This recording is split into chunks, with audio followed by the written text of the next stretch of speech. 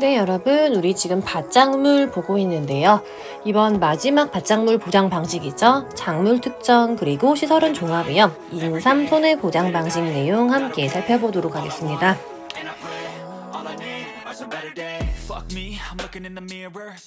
네, 영상 시작 전에 먼저 영상에 좋아요 모두 눌러주시고요.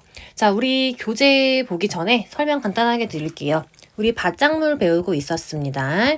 그래서 우리 지금까지 총 뭘 배우고 있냐? 우리가 뭘 배우는지는 알아야겠죠? 제가 우리 이 손해평가사 시험은 기본 큰 틀을 잡는 게 가장 중요하다고 여러 번 설명드렸죠. 밭작물은 보장하는 방식에 따라 우리가 총 3가지 보장 방식으로 지금 나누고 있습니다. 먼저 종합위험, 수확 감소 보장 방식이죠. 종합위험으로 수확량이 감소하는 것을 보장하는 방식이다. 그리고 두 번째, 종합위험 생산비 보장 방식이다. 생산비가 떨어지는 것을 보장하는 거죠. 그리고 마지막으로 오늘 배울 거예요. 작물은 특정 위험이에요. 그리고 시설은 종합위험. 그래서 작물 특정 및 시설 종합위험.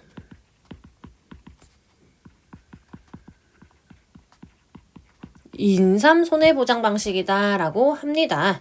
그래서 우리 각각의 어떤 품목이 해당하는지 여러분 기본적으로 다 암기하셨나요? 먼저 종합위험 수확 감소 보장 방식. 우리 어떤 품목이 이 종합위험 수확 보장 방식 밭작물에 해당했냐? 자, 지금 정도 되면은 여러분이 그냥 술술 얘기할 줄 알아야 된다. 자, 밭작물 뭐 들어가요? 종합위험 수확 감소 보장 방식에는 마늘, 양파, 고구마, 옥수수. 옥수수에는 사료용 옥수수 포함 별도로 이렇게 들어간다. 그리고 감자는 3가지가 있다. 재배 방식에 따라 봄 재배, 가을 재배, 고랭지 재배 감자. 그 다음에 콩, 팥, 차, 양배추, 그리고 하나 이번에 추가가 된 수박까지. 이렇게가 종합위험 수확 감소 보장 방식이다. 그러면은 두 번째, 우리 지난 시간까지 배운 내용이죠. 종합위험 생산비 보장 방식 밭작물에는 뭐가 들어가냐? 먼저 특이한 품목 2개 들어가죠. 고추랑 브로콜리, 그리고 단호박, 당근, 배추. 배추는 4가지로 나뉘었어요. 고랭지, 월동, 가을, 봄. 그 다음에 무는 3가지로 나뉘었어요. 고랭지, 월동, 가을. 단, 당근, 배무. 시금치는 노지 시금치. 그 다음에 파는 대파, 쪽파, 실파. 근데 쪽파랑 실파는 1형이냐 2형이냐로 나뉘었습니다. 그리고 양상추. 그리고 메밀까지 들어갔었죠. 그리고 마지막 오늘 살펴볼 거는 작물 특정 및 시설 종합위험 인삼. 인삼 하나만 들어간다 이렇게 보시면 되고, 인삼 작물은 특정 위험이래 가지고 우리가 보장하는 재해 정해져 있어요. 그리고 인삼 해가림 시설이죠. 해가림 시설은 종합위험이래서 우리가 알고 있는 그거. 자연재해 조수의 화재를 보장한다. 이렇게 정리하시면 될 것 같고요. 가장 중요한 특이사항이 뭐냐? 우리 인삼 작물 특정 위험이라고 했어요. 작물은 특정 위험인데 보장하는 재해. 원래 우리 작년도까지만 해도 강, 대, 우, 집, 와, 폭폭, 침냉, 폭폭, 침, 냉으로 외웠는데 하나가 추가됐어요. 얘가 아주 중요하죠. 여러분 교재가 개정되면서 조수회가 들어갔다. 그래서 특정 위험에서 우리 인삼 작물은 조수회도 보장한다. 이렇게 보시면 돼요. 다시 한번 우리 인삼 작물 특정 위험 뭐뭐 들어가는지 한 개씩 보자면은 강풍, 태풍, 폭설, 집중호우, 침수, 화재, 우박, 냉해, 폭염. 그리고 이번에 교재가 개정되면서 새롭게 추가가 된 조수회까지 보장을 한다. 이렇게 보시면 되고요. 얘네로 인해서 이러한 특정 위험으로 인해서 우리 인삼 작물에 직접적인 피해가 발생해서 자기 부담 비율을 초과하는 손해가 발생한 경우에 보험금을 지급하는 게 작물 특정 인삼 손해 보장 방식이다.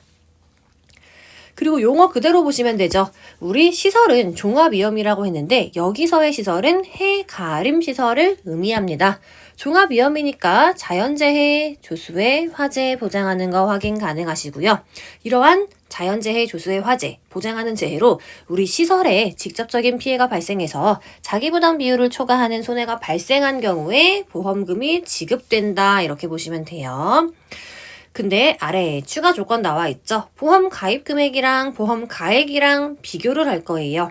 그래서 보험 가입 금액이 보험 가입과 같거나, 그러니까 우리가 더 많이 가입했거나 동일하게 가입했을 때는 우리 보험금 어떻게 주냐? 손해액에서 자기 부담금을 빼서 보험금을 주는데, 단 보험 가입 금액이 보험 가입보다 작을 때, 일부만 보험에 가입했을 때는 당연히 우리는 계약자가 보험에 가입한 보험 가입 금액을 한도로 해서 비례 보상할 거야. 지금 그 내용이 나와 있어요. 이거는 우리가 한번 당연한 내용이지 이렇게 편안하게 읽어주시면 될 것 같습니다. 그러면은 우리는 이 각각의 시기별 어떤 조사를 진행하냐? 우리 기본적으로 이 인섬과 해가림 시설의 품목을 공부하기 전에 이 내용은 살펴보셔야겠죠. 우리 재해. 자, 인삼은 여기에 해당하는 재해가 특정 위험이기 때문에 중요하다고 했어요. 무조건 암기하실 거다. 근데 특이사항은 조수에 추가됐다. 이렇게 보시면 되고요. 얘네들은 피해 확인이 가능한 시기에 우리는 보장하는 재해로 인해서 감소된 수확량 조사를 진행할 거고요. 인삼 작물이니까 인삼에만 해당한다. 그리고 해가림 시설은 보장하는 재해 전부, 여기서 보장하는 재해는 종합 위험이기 때문에 자연재해, 조수의 화재 이렇게 들어갈 거고요. 마찬가지로 보장하는 재해로 우리 이 해가림 시설에 손해가 발생했을 경우에 시설 조사를 한다. 얘는 시설이니까 해가림 시설에만 해당하는구나. 아, 맞다. 당연한 거다. 이렇게 편안하게 봐주시면 될 것 같습니다. 자, 그러면 이제 본격적으로 우리 손해평가, 현지 조사의 종류, 그리고 방법 내용 살펴볼게요. 먼저 특이사항 한 개 추가된 거 여기 있습니다. 우리 최초 가입 조사가 우리 교재가 개정되면서 추가가 됐어요. 최초 가입 조사. 자, 이게 뭐 하는 거냐? 최초 가입한 농지에 대해서 가입한 직후에 우리가 실시하는 조사가 있습니다. 뭘 하냐? 첫 번째로 인삼의 재배 상태를 조사할 거예요. 어떻게 재배가 되고 있냐? 인삼의 재배 상태를 조사하는데요. 먼저 첫 번째, 실제로 경작하고 있는 면적 확인 들어가고요. 마찬가지로 우리 GPS 면적 측정기나 지형도 등을 사용해서 보험에 가입한 면적이랑 실제로 경작하고 있는 면적을 비교를 할 겁니다. 그 다음에 먼저 고사한 면적이 있는지 기고사 면적을 확인할 거고요. 그리고 세 번째, 인삼의 줄기랑 잎 등을 봐서 우리는 생육 상태를 점검할 거예요. 근데 이를 확인할 수 없는 경우에는 계약자한테 동의를 얻어서 표본 조사를 진행할 수 있다. 자, 다시 한번 우리가 인삼의 재배 상태를 조사할 때는 일단 첫 번째로 면적을 확인하겠죠. 근데 그 면적 중에서 먼저 고사한 면적이 있냐, 기고사 면적을 확인을 하게 되고요. 생육 상태를 점검을 해야 되는데 뭘 따져요?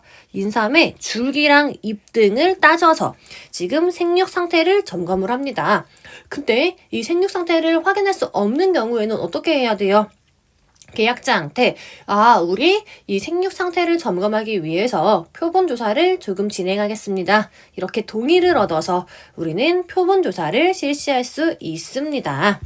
자, 이런 식으로 우리가 인삼의 이런 식으로 우리가 인삼의 재배 상태를 조사를 했어요. 그러면은 해가림 시설도 상태를 조사를 해야겠죠. 어떻게 조사를 하냐? 계약 원장이랑 현지 조사표를 확인해서 가입한 농지의 소재지, 그리고 구조체, 구입 시기랑 유형 등을 확인을 할 거예요. 그리고 해가림 시설이죠. 그러니까 구조체 그리고 차광막 등이 정상적으로 설치가 되어 있냐, 그것도 확인을 해줘야 합니다.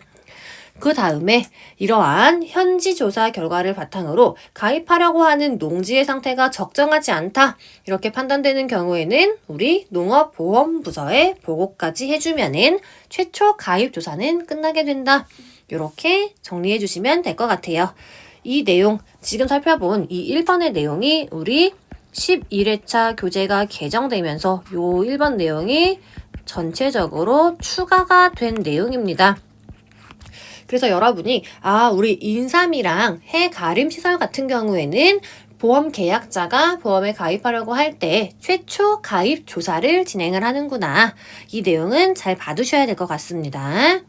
그 다음에 피해 사실 확인 조사, 이거는 많이 본 내용이죠. 대상하는 재해로 사고 접수 농지 또는 조사가 필요하다고 판단된 농지에 대해서 피해 사실 조사를 하게 되고요. 그리고 우리 인삼 보장하는 재해가 뭐였냐? 인삼은 특정 위험이니까 외우라고 했어요. 자, 태풍, 강풍, 폭설, 집중호우, 침수, 화재, 우박, 냉해, 폭염, 그리고 조수해까지 이렇게 우리가 얘네만 보장할 거예요. 이거 앞 글자 따서 외우면 훨씬 쉽죠. 강태우 집에, 강태우 씨의 집에 화재가 발생했어요. 그래서 폭침, 냉 이렇게 외우시면 돼요.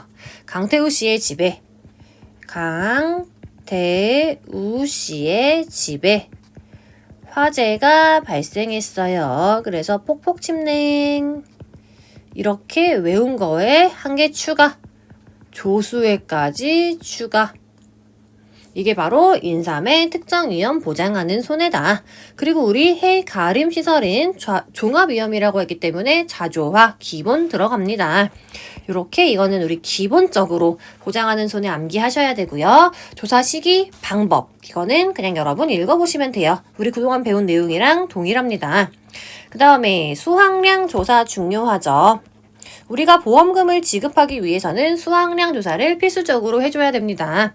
먼저 인삼은 우리 어떻게 조사하냐? 조사 방법 바로 보자면은 보장하는 재해로 피해가 발생한 게 맞는지 여부를 심사하고, 그리고 수확량 조사의 적기를 판단하고 언제 조사를 할 거야 그 시기를 결정합니다. 우리가 조사하려고 하는 시점이 인삼의 총 수확량을 확인하는데 적절한 시점인지 확인을 해줘야 되고요. 만약에 부적절하다고 판단되는 경우에는 조사 일정을 변경할 수 있습니다. 근데 인삼은 우리가 어떤 식으로 지금 수확량을 판단하냐? 다음 페이지 보시면 나오죠. 칸수를 셀 거예요. 특이하죠? 전체 칸수 그리고 칸의 넓이를 조사를 합니다. 우리 인삼 농지에서 경작하고 있는 칸수를 세줄 거예요. 근데 칸수를 우리 손해평가반이 직접 세는 것이 불가능할 경우에는 경작하고 있는 면적을 이용해서 우리가 칸수 조사도 가능하다 나와 있고요. 그리고 하나의 칸 넓이도 우리가 알아야겠죠. 칸수만 세면 뭐해요? 넓이를 모르면은 우리가 산출할 수 없죠. 칸 넓이는 우리가 세 가지로 파악을 할 거예요. 지주목의 간격, 두둑폭, 고랑폭을 조사해서 우리는 이걸로 칸 넓이를 구할 수 있는데요. 칸 넓이는 지주목 간격에다가 폭폭 더한 값을 곱해줄 거예요. 지주목 간격 곱하기 폭폭 길이 더해준다 이렇게 보시면 되고요. 특이하니까 별표 한 개 달고 지나갈게요. 그리고 조사하는 방법에 따라서 우리는 수확량 확인하는 방법이 다른데요. 크게 두 가지로 나뉘겠죠. 전수조사를 시행하냐, 표본조사를 시행하냐에 따라서 우리는 수확량을 확인하는 방법이 다릅니다. 전수조사를 확인하는 경우에는 전체 농지에 있는 수확량을 조사하는 거기 때문에 칸수랑 실수확량 확인을 해주면 되는데, 표본조사를 진행하는 경우에는 우리가 그 농지를 대표하는 표본 작물을 정해서 하는 거기 때문에 이렇게 표본 칸을 선정해서 이제 표본에 있는 인삼을 모두 수확한 다음에 무게를 측정하는 방법으로 진행하고 있다. 이렇게 봐주시면 될 것 같습니다. 그 다음 인삼의 해 가림 시설. 우리 시설에 피해가 발생했어요. 마찬가지로 조사를 진행을 해야겠죠. 조사는 언제 하냐? 사고가 접수되면은 직후에 실시를 한다. 어떻게 조사하냐? 보장하는 재해로 피해가 발생한 게 맞는지 여부를 심사하는데, 우리 인삼의 시설물 같은 경우에는 종합위험이었어요. 그러니까 여기에서 보장하는 재해 여부 심사는 자연재해, 조수해, 화재로 피해가 발생한 게 맞냐 그 여부를 확인할 거고요. 마찬가지로 전체 칸수랑 칸 넓이를 조사를 합니다. 그리고 피해 칸수를 조사하는데요. 피해 칸에 대해서 전체 파손이냐 혹은 부분 파손이냐, 자, 우리는 이거를 나눠서 각 칸수를 조사를 할 건데요. 부분 파손인 경우에는 20% 파손이냐, 40% 파손이냐, 60% 파손이냐, 80% 파손이냐 각각 나누어서 칸수를 조사를 하게 됩니다. 그래서 아래 보시면 그림 2-28번에 우리 해가림 시설에 손해 조사를 하는 모습이 나와 있다. 먼저 맨 좌측 거 보면은 우리 칸 넓이를 확인하게 되는데요. 보통 한 평당 한 칸이다. 그리고 전체 칸수는 얼마나 되고 피해를 입은 칸수가 얼마나 되는지 실제로 확인을 하는 모습을 볼 수 있고요. 그리고 피해가 없는 칸은 이렇게 되어 있다. 이렇게 참고로 봐두시면 될 것 같습니다. 자, 그리고 4번 손해액 상정. 자, 이거 완전 중요하죠. 우리 이거 7회차 시험에 출제가 되었던 부분이에요. 손해액은 어떻게 산정하냐, 지금 그 내용 함께 살펴볼게요. 자, 다음 페이지 보자면은 우리가 손해액을 산정하기 위해서는 단위 면적당 시설 가액표, 그리고 파손 칸수, 파손 정도, 얘네 등을 참고해서 실제 피해를 입은 부분에 대한 복구 비용을 기평가한 재조달가액을 기준으로 재조달가액으로 산출한 피해액을 산정을 합니다. 우리는 이렇게 피해액을 산정하는데 산출한 피해액에 대해서 뭘 적용해요? 월 단위 감가상각을 적용할 거예요. 그래서 우리는 손해액을 산정을 하게 되는데요. 그 뒤에 나와 있는 내용 아주 중요하죠. 다만 피해액이 보험가액의 20% 이하인 경우에는 감가를 적용하지 않고 피해액이 보험가액의 20%를 초과하면서 감가 후 피해액이 보험가액의 20% 미만인 경우에는 보험가액의 20%를 손해액으로 산출한다. 와, 말 되게 어렵죠? 이게 뭔 내용이야? 이거는 다시 한번 설명드리자면은 우리가 이렇게 가번에 있는 내용을 토대로 지금 피해액을 산정한다고 했어요. 그래서 우리는 이 구한 피해액에 대해서 우리는 감가상각을 적용할 거예요. 근데 여기서 감가상각은 월 단위로 적용을 한다. 그래서 우리는 최종적인 손해액을 알고 싶은 거죠. 근데 우리가 감가상각을 어떻게 하냐? 피해액이랑 보험가액의 20%를 비교할 거예요. 그래서 피해액이 보험가액의 20% 이하인 경우에는 감가 미적용, 그리고 피해액이 보험가액의 20%를 초과하면서 그리고 감가 후 피해액이 보험가액의 20% 미만인 경우에는 보험가액의 20%를 손해액으로 산정을 한다. 자, 이 부분 제가 지금 이렇게 요약을 해드렸는데 이해 안 가시죠? 제가 이거는 우리 이번 시간 강의 끝나고 다음 별도의 강의로 이 부분 예시 문제 하나 가지고 올게요. 얘는 우리 문제로 이해하는 게 훨씬 빠릅니다. 지금은 이 나번이 복잡하구나 이 정도 보고 이 내용 여러분 봐주시면 되고요. 다음 시간에 바로 문제 가져올게요. 그리고 아래 보시면은 우리 인삼의 해가림 시설 감가율 나와 있어요. 얘 우리 암기해 주셔야 합니다. 자, 별표 한 개 치고 유형이 목재냐 철재냐 뭔 말이에요? 우리 해가림 시설이죠. 시설이 목재로 됐냐 철재로 됐냐에 따라서 각각의 내용 연수랑 경영 감가율이 있어요. 우리 목재인 경우에는 통상적으로 내용 연수가 6년이라고 해요. 철재인 경우에는 더 오래 쓰죠, 목재보다. 그래서 18년입니다, 내용 연수는. 그래서 경영 감가율이 뭐예요? 경영 감가율은 우리 내용 연수에 따라 결정이 되는 매년 요 정도 감가가 될 거야. 이렇게 정해놓은 거예요. 매년 감가되는 비율이 경년 감가율이다. 우리가 이렇게 생각하시면 좋을 것 같습니다. 그래서 우리 목재의 경우에는 내용 연수가 6년이에요. 그래서 우리가 매년 13.33% 감가가 된다라고 보고 있고요. 철재의 경우에는 내용 연수가 18년이고 얘는 매년 4.44% 정도 감가가 된다. 이렇게 정해놨다. 그래서 우리 여기 표에 나와 있는 인삼 해가림 시설의 감가율은 암기해 주시면 될 것 같고요. 아까 위에서 우리 감가상각은 월 단위라고 했어요. 월 단위 감가상각을 적용하며 적용 방식은 경과 월수, 그러니까 사고 연월수에서 최초 구조체 구입 연월을 빼서 산출해서 월 감가로 적용한다. 여기까지 받으시면 될 것 같습니다. 그리고 답번 제조달가액 보장특약에 가입한 경우에는 제조달가액 새로 만드는 거죠. 제조달가액 기준으로 계산한 손해액을 산출한다. 다만 보험의 목적이 손해를 입은 장소에서 실제로 수리나 복구 안 됐어요. 이런 경우에는 당연히 새로 만드는 비용 주면 안 되겠죠. 시가, 감가상각이 적용된 금액으로 우리가 보상을 한다. 답원은 참고로 그냥 읽어주시면 될 것 같고요. 여기까지 조사했으면 마지막으로는 5번 미보상 비율까지 조사하면 된다. 이렇게 정리하시면 될 것 같습니다.